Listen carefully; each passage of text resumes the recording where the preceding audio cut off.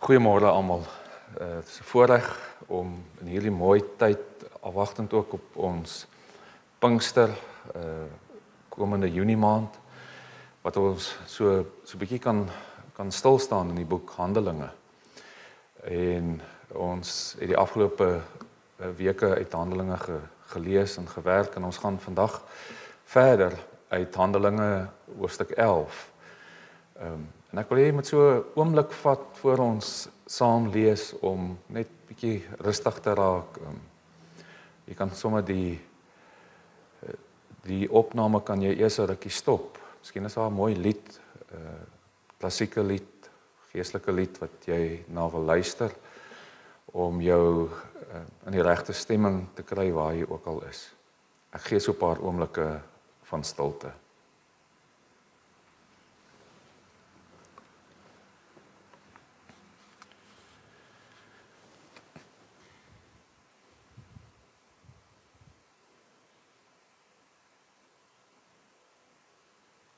Here Jesus, ons loof U as ons Here, die lewende God, wat opgestaan het uit die dood. Dankie dat ons hierin in U oorwinning kan deel. Dankie vir al die gawes wat ons uit U hand ontvang. Al die geskenke.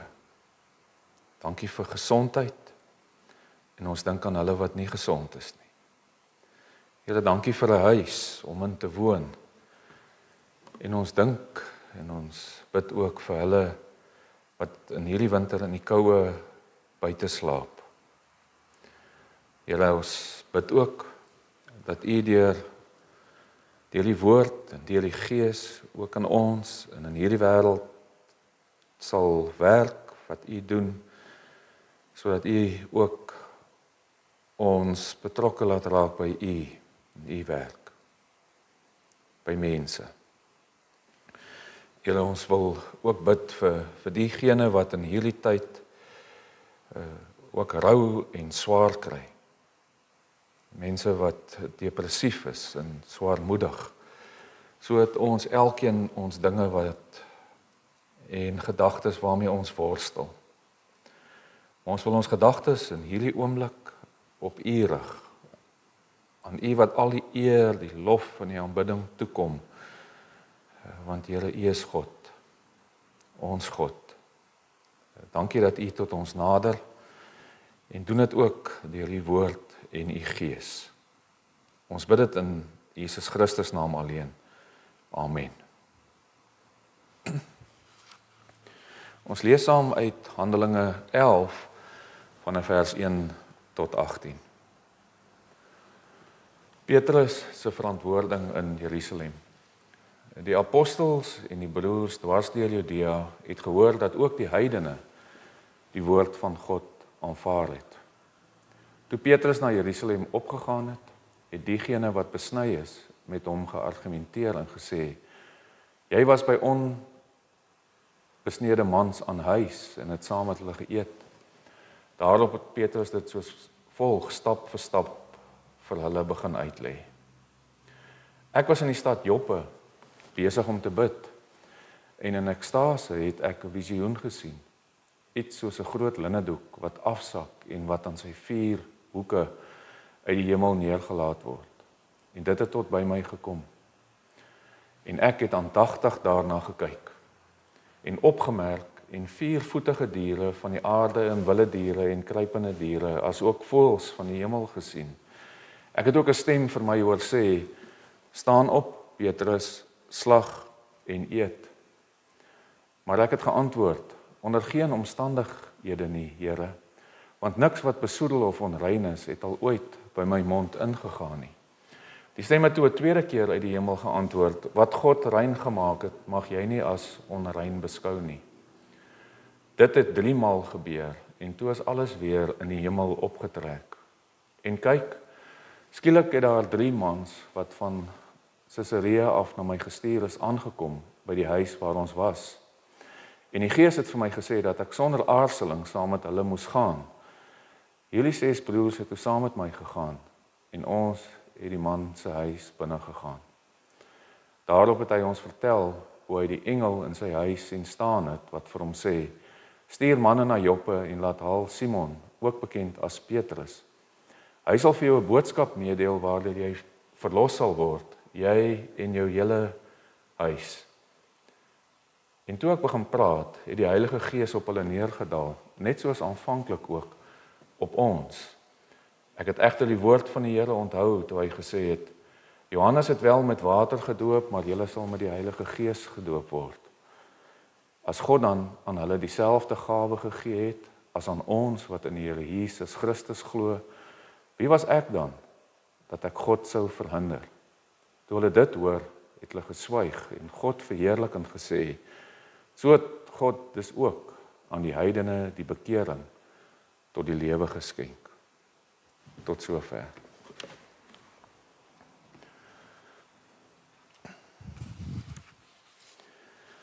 My tema vandag is die rooi tapuit. Ons sien baie keer op televisie hoe die rooi tapuit uitgerol word vir mense, vir presidente, vir sterre, sangers, sportmense, bekende mense. Gewoonlik is dit om hulle te vereer met hulle goeie werk, hulle sukses. Die maatstawwe om die rooi tapuit uit te rol hang gewoonlik seker af aan die mense wat die maaltyd of die ete of die byeenkoms of die binne 'n stadion wat dit beplan het, wat besluit het hierdie groep mense is waardig om die rooi tapuit vooruit gelê te word. Ek wonder wie is die mense op jou rooi tapuit? Vir wie sou jy graag wou ontmoet by jou huis? Wie is die mense wat jy 'n rooi tapuit voor uitrol? Want sonder dat ons dit letterlik doen, soos by stadions, soos by presidentsies wat bevestig word in hulle amp, doen ons dit tog in ons gedagtes, op die manier hoe ons met mense werk en met mense praat, dat ons kyk na mense se suksesse soms, en ons voel belangrik as hulle in ons teenwoordigheid is. Wanneer ons na hulle kyk en hulle na ons, en ons daai aanvaarding kry van, jy weet, ek is belangrik, die persoon is belangrik genoeg om sy tyd met my te deel. Ons nooi ook baie keer die sulkes, mense wat ons na opkyk. Een of ander tyd is dit ook so dat ek en jy bewus geraak het van hierdie rooi tapuit mentaliteit van die samelewing. Want ons sien baie keer dat daar dieselfde mense waarvoor hierdie tapuite uitgelê word, ook maar voete van klei het, ook maar mense is. Ek wonder hoe God na mense kyk. God na ons kyk. Die manier hoe ons ook na mekaar kyk. In hierdie gedeelte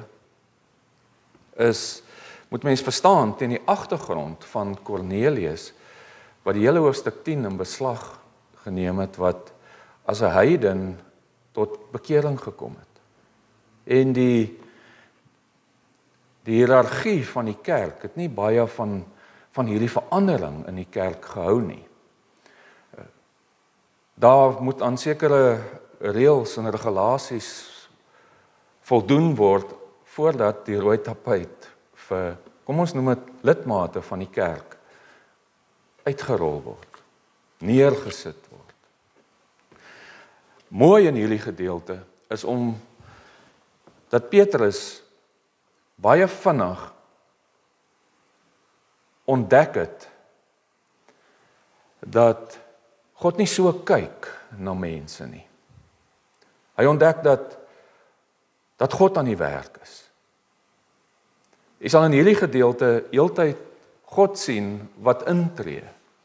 God wat handel, God wat 'n engel stuur, God wat mense uitnooi, God wat mense nie verhinder dat hulle die lewe kry, hierdie boodskap van verlossing, God wat eintlik die tapuit vir mense, voordat ons nog met hulle wil praat en hulle wil bekeer en 'n mooi storie met hulle wil deel en iets van God nog met hulle wil deel, wat ons nou sien as ons opdrag, is God lankal aan die werk. Mooi gaan kyk in hierdie gedeelte hoe hierdie verhouding tussen God en mense, en noem dit dan in hierdie gedeelte, veral heidene, uitspeel. God 'n hart het vir die anderse, die nie rooi tapuit mense nie. Inteendeel is eintlik die mense wat partykeer, onthou jy toe jy stout was op skool, jy voor die kantoor van die hoof moes wag, daai tyd mag ons nie meer as 6 houe gekry nie. Ek was 'n paar keer daar om 'n paar houe te kry, maar dis eerder daardie ervaring wat mense mos soms het. Altyd onder 4 oë spreek en 'n les geleer word. Ook met reg, want ons hou nie by die reëls en by die regulasies nie. Dis eintlik die ding mos nou, die reëls en die regulasies wat bepaal wie ons sien as belangrike mense.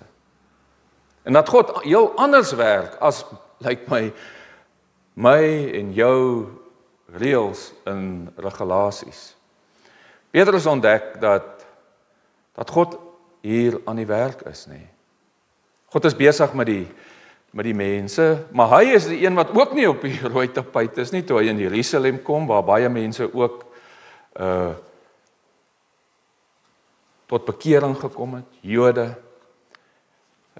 En in die vorige hoofstuk het hy reeds bevestig dat die Joodse praktyke nie nodig is om nagekom te word, om ingeskakel te word by hierdie lewe wat Jesus Christus voorstaan. So, hy het klaar al hierdie teenstand gekry, en nou is hy weer voor die kantoor van kerkleiers. Kerkleiers wat baie keer agter is, nee? Agter is, amper op 'n manier, moet catch-up speel, want God is lankal aan die werk in die wêreld, en die leiers wou hier 'n stokkie voorsteek, en hulle spreek toe mos nou vir Petrus aan, oor hy by mense aan huis kom. Dit is dan so, dat Petrus vir hulle op 'n paar goed begine wys. Wat vir hulle belangrik was die besnydenis, 'n gekoesterde praktyk in die kerk, wat baie belangrik was vir die verstaan van die verbond. En dit lyk of die kerk baie keer praktyke, selfs vandag, gister, môre, lyk my dit is half deel van die storie van die kerk, dat ons soveel praktyke in die kerk koester, dat ons altyd verval in hierdie ding voor mense kan deel wees, of werklik kan tuiskom. Is dit rein, is dit onrein, is dit goed, of is dit sleg? Dit is asof wanneer mense met godsdiens en met kerkdinge besig raak, is daar op 'n manier iets wat met ons gebeur. Dat ons so vasgevang word in die reëls en die regulasies. Hierdie is ook reëls en regulasies wat in die Ou Testament baie hoog aangeslaan is, die besnydenis, wat in die Nuwe Testament ook verander. 'n Gekoesterde praktyk in die Ou Testament is 'n praktyk wat Petrus eintlik vir hulle verduidelik, dat as daar lewe moontlik is vir mense wat in 'n stikkende wêreld in broos leef, en praktyke dien nie meer die saak van die lewe en van God se liefde vir mense nie, dan is die instituut besig om eintlik hierdie werk van God te probeer belemmer. Maar God doen dit ook buite die kerk om, nê, op ander maniere en ander plekke. En Petrus vertel dit ook in die wyse dat hy nie homself probeer verdedig nie. Hy probeer nie sy werk verdedig nie. Hy probeer nie hierdie boodskap wat hy ontvang het om aan mense te gaan verkondig nie.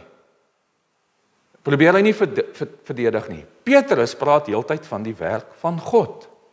So in die praktyk is dit nodig dat ons natuurlik die woord het, maar daar's ook 'n stuk van die ervaring van 'n lewe saam met God wat 'n andersheid ook inbring wat Petrus hier demonstreer, wat God se ervaring en ingrype in sy lewe baie duidelik maak, en is met die afsak van hierdie doek wat hy dan nou vertel van die wilde diere wat in die droom, in die visioen, wat hy dan sê jy kan slag en eet.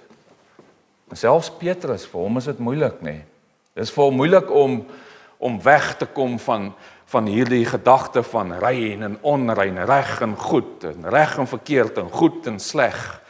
En hiermee wil ek nie sê dat alles wat ek en jy doen nou maar net reg is, en dat verkeerde goed mense net verkeerd kan doen nie, maar dit gaan oor die beoordeling, hoe ons na mekaar en na mense kyk, en dat hierdie reëls en regulasies wat ons so op die pad vir ons mee saamvat, baie keer die tweede laaste sin van hierdie gedeelte demonstreer, wat Petrus dan sê, as dit vir die Here goed is om vir mense die lewe te gee, en hierdie verlossing uit te bestaan, waar hulle nie geag word nie,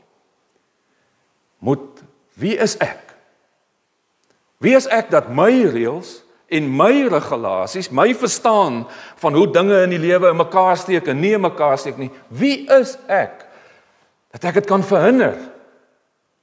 Hierdie saak van rein en onrein. Ek weet nie wat vandag vir jou rein en onrein is nie. Petrus het by hulle aan huis gegaan, die onbesnedes, en die leiers het dit gesien as onrein. En Petrus het self so gedink. En God het hom oortuig. Mooi ook dat God nie net ingryp om vir Petrus te oortuig nie. God het al klaar by die heidene gaan werk en vir hulle gesê, gaan na die man Petrus toe. Gaan kry hom, hy het 'n boodskap, hy het 'n goeie boodskap. Soos wat God ook vir jou en vir my roep om die goeie boodskap aan mense te gaan verduidelik. Is maklik seker, ons doen dit en is goed en is wel, oral in gemeentes is ons betrokke, ons is met kos en ons is met klere en ons is met baie goed. Maar wat mooi hier is ek dink daar's 'n groter saak as hierdie ding dat om aan mense die lewegewende boodskap van verlossing te gaan verkondig van bo afhouding, nê? Ons het iets om vir mense te leer en ons het eintlik 'n paar goed om vir hulle te leer. Ons het 'n klomp reëls en ons regulasies. Hulle moenie dit doen nie, hulle moenie dit doen nie. Daar's 'n klomp wette in die Bybel wat ons vir mense kan aanhaal oor hoe om te leef. Maar wat Petrus gedoen het, hy het nie eens vir hulle kos gaan gee nie, hy het hulle kos aanvaar. Hy het hulle gasvryheid, hy het in hulle huise ingegaan en saam met hulle gaan eet op hulle terrein. Dit my so 'n bietjie laat dink oor hierdie manier wat ons baie keer leef en dink oor mense, nê. Die rooi tapuit bestaan, wie belangrik is en ons het dit dalk ook maar so baie keer geërf, gekry. Dalk is ons bevoorreg, nê. Maar dit belemmer ons dalk sonder dat ons dit kan erken altyd in ons omgang met ander mense. Moeilik vir ons om in ander mense se huise in te gaan. Dit is my moeilik om baie keer mens wil mos nou nie altyd vir almal iets gee nie. Dit is baie keer maar vir my moeilik om dalk net by die ou op die straat wat dalk ruik na drank net langs hom te gaan sit. Dis dalk die ding nie. Dat mens nou vir hom wil sê nee, hy moet sy drank los en die Here Jesus aanneem. Die weet eers die reël en dan nie bykom. Mense moet net bykom. Mense moet op 'n manier net hulle lewe reg kry en ons mis iets van God se manier van werk. En Petrus het dit eintlik in hierdie gedeelte baie duidelik so vir hulle probeer stel. Hy het eintlik gewys hoe God werk. Hoe God mense gaan haal en nader trek. Mense wat nie eens inpas by hoe ons dalk dink wie my broers en my susters gaan wees nie. Die heidene. Mooi wat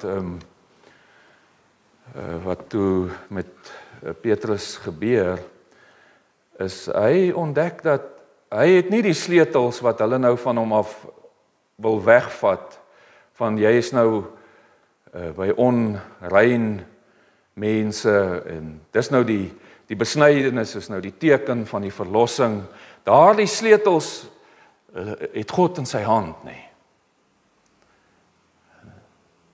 Maar ek en jy dit ook. En ons deure sluit ons baie keer toe.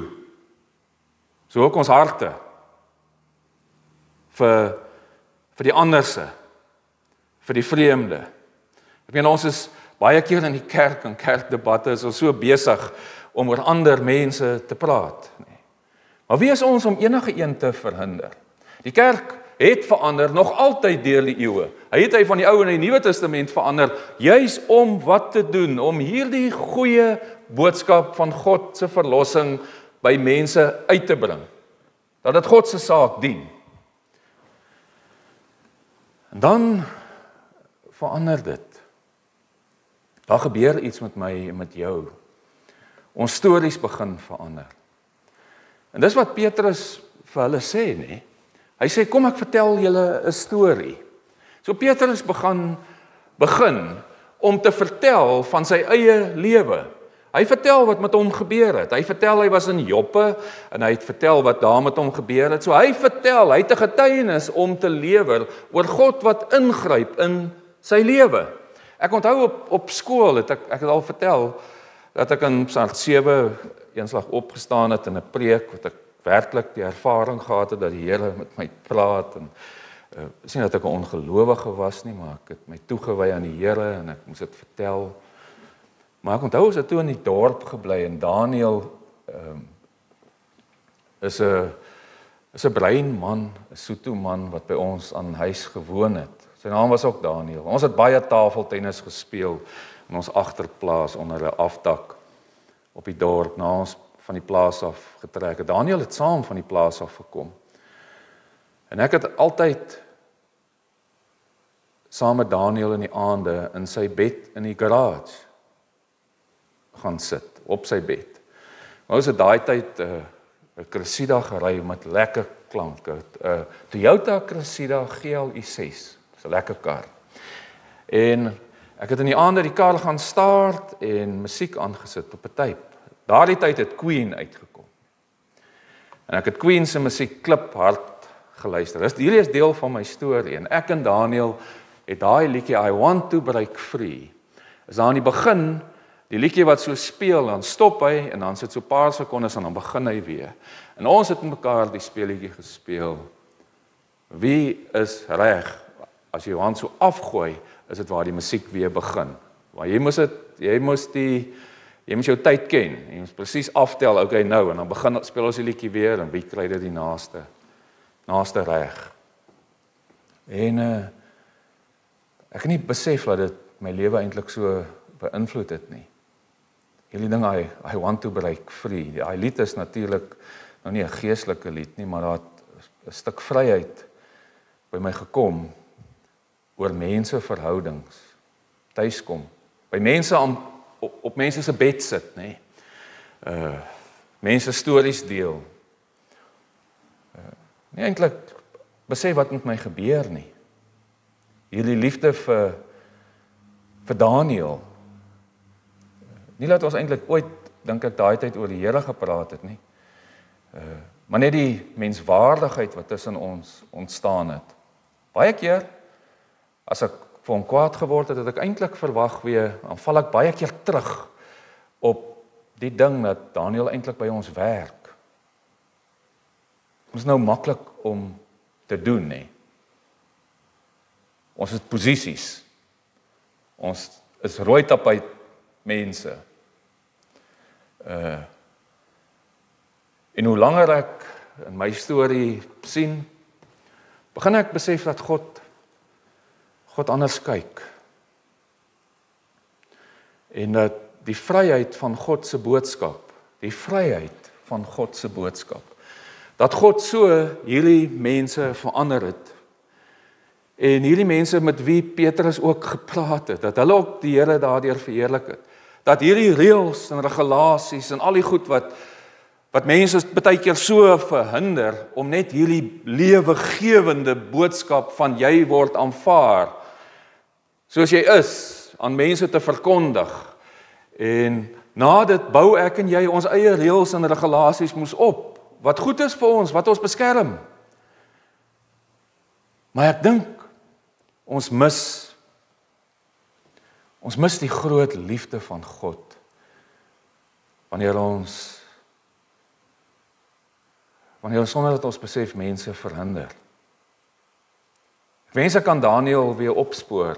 Ek is baie keer lus om weer na ons plaas te ry, waar ek groot geword het, in Botawil, en sy familie te gaan opsoek en te hoor of hy nog leef en met hom kontak maak nie. Maar ek doen dit nou ook maar nie, ek gaan aan met my lewe, maar Daniel het 'n geweldige groot rol in my lewe gespeel, meer as wat ek dalk in syne, want hy het my altyd aanvaar. Sommige vir my kom rugby kyk. En hier waar ek nou naby my 60 sal is, dink ek terug aan dit, is deel van my storie. En Petrus het ook ervarings gehad, en ek kan 'n klomp sulke stories in my lewenspad deel, maar weet jy ook? Jy ook. En God stuur mense oor jou pad. Hy berei hulle lankal voor. Hy berei hulle lankal voor, soos hierdie mense in Caesarea, en hy stuur ook ons baie keer na mense. Ons hoor dit nie altyd nie. Mense kom oor ons lewenspad, hulle kom weer oor ons lewenspad. Brose, stikkende mense. Mag die Here ons verhinder om hulle te verhinder. En mag ons iets begin uitleef van God se rooi tapuit, nê. Van die manier hoe God in jou en my lewe ingewals het, sy bloed vir ons gevloei het, en hy letterlik deur sy kruisiging hierdie boodskap van lewe en verlossing vir ons gee, dat ons saam met hom op hierdie lewenspad kan stap en sy koninkryk kan binnestap as eregaste. As mense wat die genade en die ervaring van God wat ingryp in hulle lewe met ander mense wil deel. Jy is welkom op God se tapuit. En hanteer alle mense ook so, want hulle is. Amen.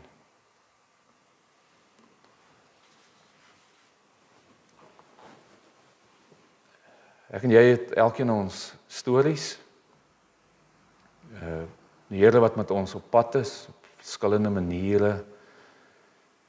Ek dink dit is baie keer goed om mense storie weer te leef. Mens kan dit ook oorleef, nie? Ons gaan dit oorleef, maar jy kan dit ook oorleef.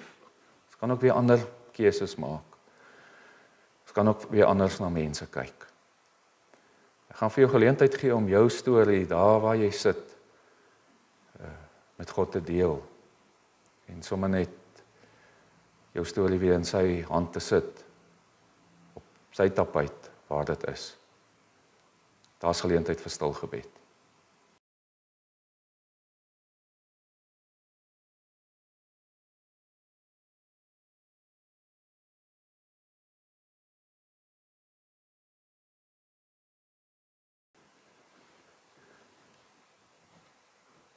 Ontvang die seën van die Here. Die genade van ons Here Jesus Christus, die liefde van God en die gemeenskap van die Heilige Gees sal by julle elkeen wees en bly. Amen.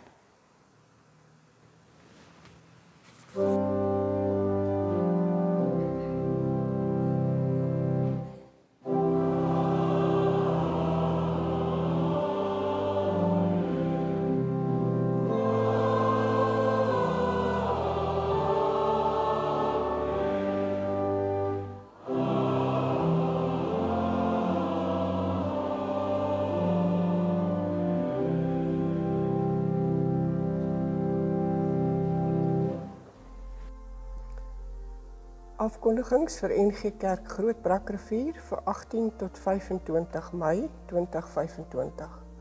Sondag 18 Mei 2025. Die teks is uit Handelinge 11 vers 1 tot 18. Die tema, die rooi tapuit. Die prediker is Dominee Dani Goosen. Daar is kategese. Die spesiale offer is vir arbeidsbediening by die deure. Tee sal bedien word in die kerksaal na afloop van die erediens. Almal is welkom. Die Groenkloofpreek is om 10:00 en is digitaal. Dinsdag 20 Mei 2025. Die kerkraad vergader in die kerksaal onder voorsitterskap van Willem Dupree. Ons vra asseblief die voorbidding vir die vergadering. Woensdag 21 Mei 2025. Daar is 'n blokbyeenkoms en dis om 4:00 in blok 9C, dis Tergniet Hoogte en Groenkloof Reebok. In Groenkloof Reebok se eetsaal. Kontak asseblief vir Heloise van der Merwe by 082 924 9883. Daar is ook kooroefening by die orgel om 4:45. Marida kan gekontak word by 082 471 0751. Alle belangstellendes is welkom. Donderdag 22 Mei om 2025 en dis om 2:00 tot 7:00 die aand en dis in die kerksaal en daar is 'n dringende versoek want voorrade is baie laag. Dis 'n bloedskenk geleentheid. Sondag 25 Mei 2025. Die prediker is Dominee Shanay Viljoen. Daar is kategese.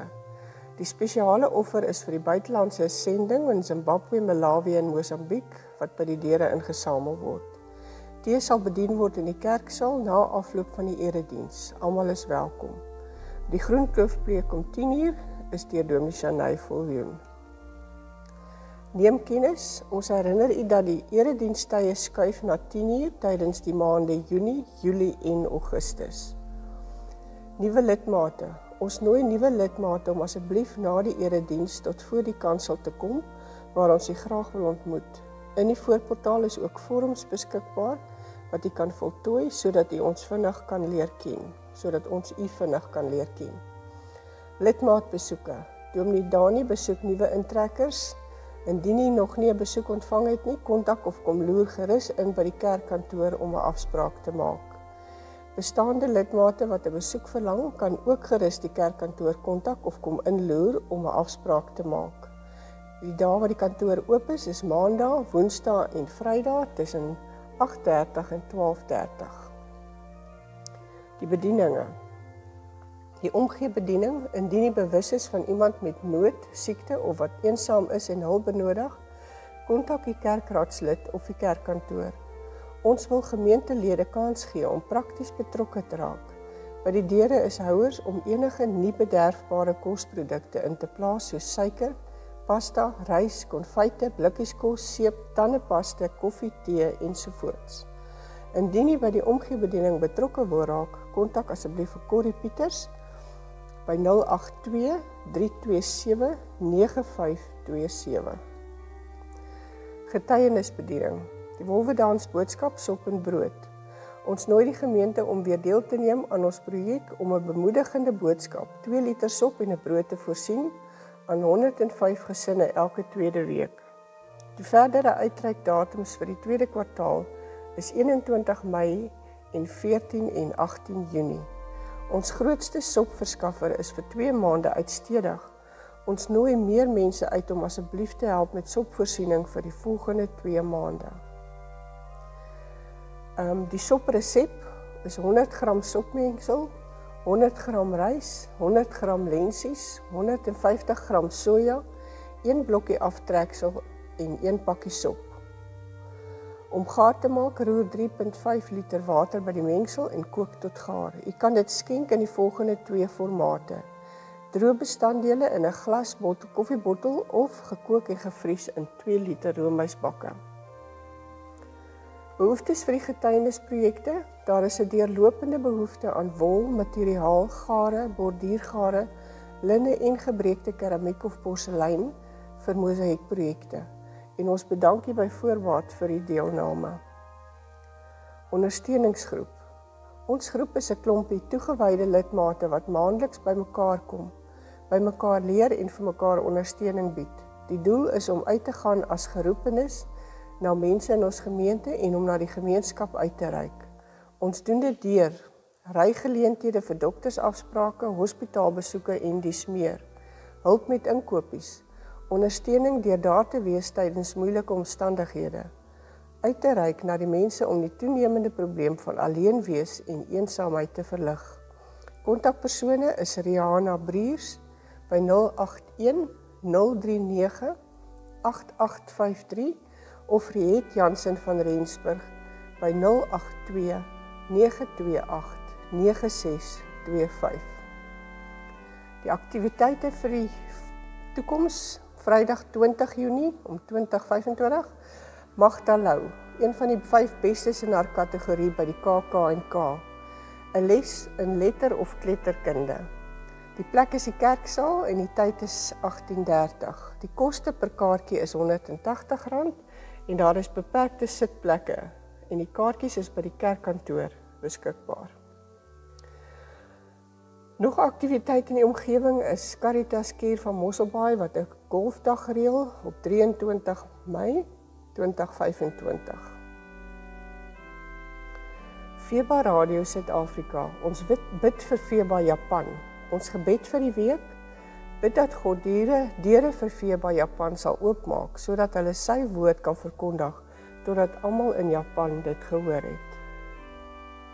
Die webwerf nggrootbrak.co.za 18 Mei 2025. Die skakel na die YouTube erediens van 18 Mei, gelei deur Dominee Dani Goosen, is beskikbaar. Getuienisbediening, daar is sendingnuus uit Madagaskar van die week 4 Mei, sendingnuus uit die Oekraïne, en Michelle sê dankie dat julle hier geloofspad saam met ons stap. Bybelstudiereeks, die Mei, skep asem vir vandag is vroegoggend elke dag se padkos.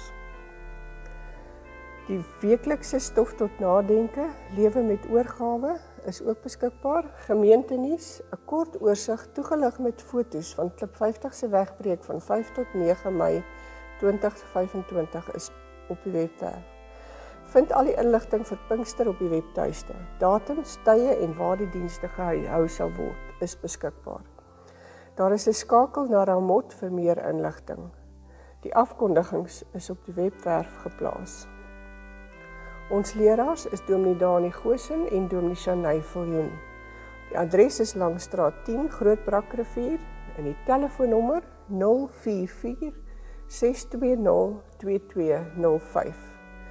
Die webwerf se adres is nggrootbrak.co.za. Ons dankie vir die volgehoue bydrae en ondersteuning van die werk van die Here.